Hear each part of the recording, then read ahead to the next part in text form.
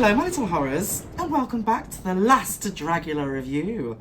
That's right, we've reached the finale of Dragula season 6, and what a bloody ride it has been. For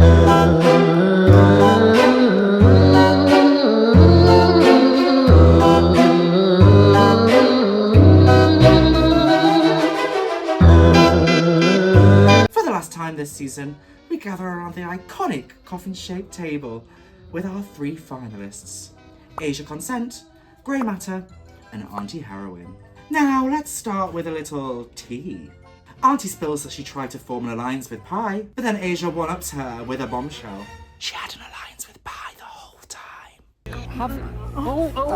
But honestly, does it even matter? These alliances didn't help anyone in the end, really. So it all feels a little bit pointless. We also got to deep dive into the backstories of our 3 finalists. Auntie opened up about her upbringing in a Christian cult called The Way, and she shared how her queerness helped her break free from this. It was a heartbreaking story, but also super inspiring. Her message about building community by educating rather than calling someone out, it really hit home for me. Asia's story was equally moving. She shared her journey of losing £100 before the show, a massive achievement. She also talked about how she applied for Dragula 3 times before getting on. I think her passion for drag really shines through, and I really relate to how she felt like the world saw her as alternative and filthy, so she embraced it with her drag. That's kind of exactly why I started doing drag as well, to be honest. And finally, we spoke to Grey Matter about his sobriety and his struggles with alcohol addiction. We heard him speak a little bit about this before on the show, but it was really great to hear about his experiences. He also reminded us that drag doesn't have to be bound by gender, which I totally agree. Hearing Grey own his journey and seeing him thrive is really powerful. Before the Floorshow, we get a sneak peek at everyone's looks backstage. And let me tell you, they did not disappoint. Asia's concept seemed jaw-dropping. Grey's glamour goblin and cow looks had me gagging. And Auntie's Mars attacks idea, obsessed. My pick going into this episode before the Floorshow for winner was definitely Auntie. I think she's shown such versatility this season, and I love watching her perform. She's got a great stage presence. Although it's a really tight top 3. The Boulet brothers graced us with this dragon-inspired look. It was a corset and glove moment. It was cute, but I wanted more. I think there could have been like dragon wings in the hair maybe. And I also noticed that Drac wasn't wearing earrings for this look. Only Swan was. I don't know if they forgot or whatever, but it would have looked better with earrings for sure. For me, earrings are non-negotiable with drag. A little bit of super glue, a little Primark earring, that's all you need. Let's talk about the Filth looks. First up, Auntie Heroine. Auntie Heroine gave us this very glamorous, very vintage looking, ruched, beautiful green dress with a giant tapeworm hanging out of the costume. I thought this looked really cool. I like this concept for Filth. It's unexpected. It's not something I had ever thought of for this category, and I really like the mealworms inside the cake. It's something that I actually suggested Jaharia should have done on the birthday episode. But personally for me, there wasn't enough filth in this performance, in this look, in this act. It felt too clean. Even though it was cake and it was the bugs, I wanted the look to be a bit more grotesque. I think there could have been something more going on with the look. I just wanted more mess. I think there could have been more filth, more grotesque, more disgusting. The concept was cool and the idea was there, and she definitely looked gorgeous as always. I just wanted it to make my stomach churn, you know? And it didn't, sadly. On to Grey Matter. Grey bought us this grotesque cow creature wearing like a milkman's outfit. I love this concept. I think he looked really camp, really silly. He also had this silicone bodysuit with the udder and the belly. It was really well done. It looked really polished and really fabulous and really gross. He climbed in the milk bath and poured all the milk all over himself, and he also pulled that disgusting like lump of poo out of his bum. That was revolting. I think Grey really killed this challenge. It was filthy, it was disgusting, it was camp, it was comical, and I loved it. I also like that he chose to do like a human skin tone rather than a cow print. I thought that was really interesting and eerie. And he had those grotesque dirty trousers on with all the poo and all the disgusting mess. That was really cool as well. Moving on to Asia Consent, who was giving us pile of poo realness. I love how she entered through those giant bum cheeks. That was insane. I love that she came as a pile of poo as well, just like literally a pile of poo. I think that was ridiculous. Greetings, I love you. So funny, a great idea. I actually think those two bum cheeks looked really cool. Even though they were crafty, it was very clear what they were. The whole thing just looked great. I loved the giant poo nuggets hanging off of her fingertips. I loved the hair reveal with like the sloppy, messy liquid running down her face and the props on stage of the toilets. She really killed this. I think she was definitely my favourite in the filth category by far. Moving on to the horror category. Let's speak about Auntie first. Auntie brought us a look inspired by the aliens from Mars Attacks. As I said before, I love Mars Attacks. It's a really iconic movie. Feels good, don't it? Again, this look was super camp, super colourful, super polished, super well done, just really fabulous top level drag. The giant head prosthetic looked amazing. I love the detail of it being like gouged out with some of the gunk on her hands. I also really liked her like space helmet that was all cracked open as like a necklace. And I just love her material choices with this. It's definitely a statement to have gone for something so camp and silly and not super scary. I think I would have preferred it if it was maybe slightly more horrific. I think just a couple of tweaks here and there could have made this really scary, as well as being camp and colourful. I know horror can be camp, horror can be silly, horror can be funny. You don't need to tell me that. But I just don't think this was very scary at all. It was very like whimsical, silly, fantastic, but not very scary. For a horror category, I think that's maybe missing the mark just a little. Moving on to Asia Consent. Now, Asia's concept for this look was our own personal demons and her personal horrors. I really like this idea. I think it's a clever way of taking the horror category. And I think she looked amazing. I love this idea of the demon growing out of her and holding her by the rope. I think it looked really, really cool. I loved her hair, all the wiggly hair coming out of her head. And I also really loved her makeup. I think this is the first time we've seen her without a signature face painted on, and I really appreciated that. It was really cool. I have a few notes about her look. I'm not a big fan of the corset on top of the dress. This is the second time I've seen her do this, and it's definitely a style choice. It's just something I don't personally like. It just kind of breaks up the look for me. And I also would have liked it without that white wig. I don't like the hair like coming down onto her chest. I love the wiggly hair coming out of her head. I think that looked great, and I think it should have been just that.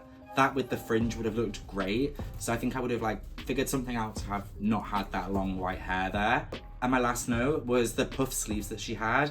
I would have liked to have seen that mirrored somewhere else. Maybe around the top of the boot or just somewhere else to tie that like white silky satin into the costume somewhere else. I loved her idea, and yeah, overall it was a really killer performance. So I decided to redesign only one of each of the contestants' looks this week, and I chose this one for Asia. And I started off by getting rid of the hair that was going onto her chest and on her collar, and also got rid of the corset and gave her this big underskirt. And then I did this like chest thing. It was like poofy bra, I guess, to match the sleeves. And then I added this kind of like broken jewelry detail with the pearls that have been snapped. I kind of imagined like as she was being strangled or strung up with the rope, the beads got caught and it all broke and like scattered all across her costume. I thought that was a cool detail. Moving on to Grey Matter.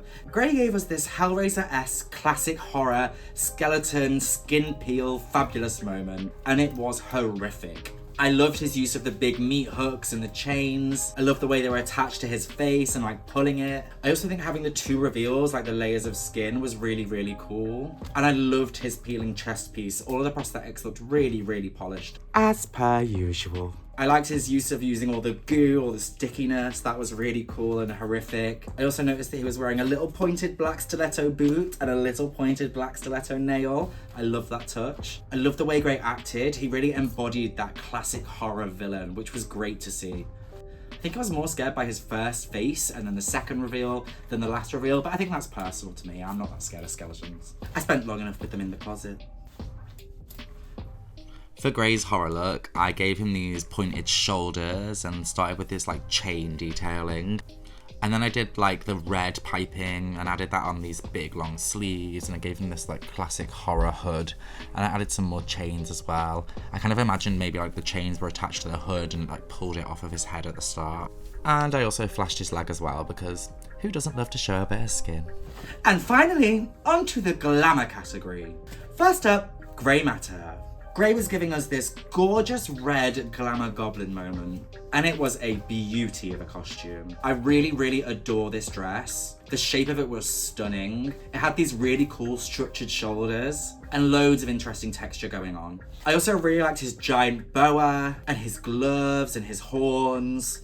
This whole look was absolutely stunning, and I really loved how it felt like an elevated version of his promo look. I think that was really cool, and I love the reference. Moving on to Asia. Asia gave us this spider bone-inspired outfit, and again, it was absolutely beautiful. B-E-A. All of the elements to this worked so well together. It looked so well finished and so polished. I really loved the paint job on all the bone work and the huge back piece with the spider legs. Again, her makeup looked stunning. It was so nice to see a different face on her.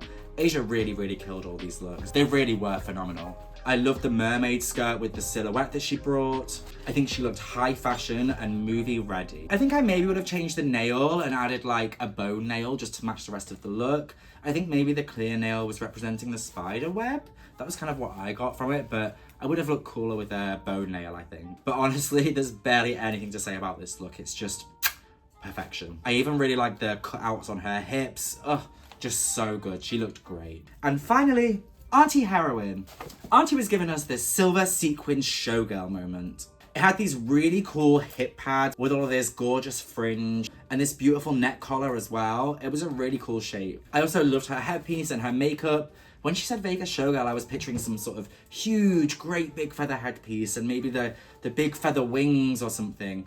This kind of felt understated for a finale to me. I really liked the dress that she wore on top, even if it was a bit unflattering in terms of shape. But when she took it off and she revealed just a silver sparkly bodysuit, that felt like a disappointment to me. Like, to take something off to reveal something less impressive is never a good idea. I think she was padded really well. She very much looked like classic drag in that sparkly bodysuit, but that's what it was giving. It wasn't giving Dragula, it wasn't giving heightened glamour. I think she looked more glamorous when she was dressed as Audrey too. This just felt kind of cheap looking to me. If she was doing Vegas showgirl, she could have revealed into some pasties and a gorgeous corset. You've got bustles and feather fans and sparklers. There's all sorts you can do with showgirls. It feels like she didn't really take it there.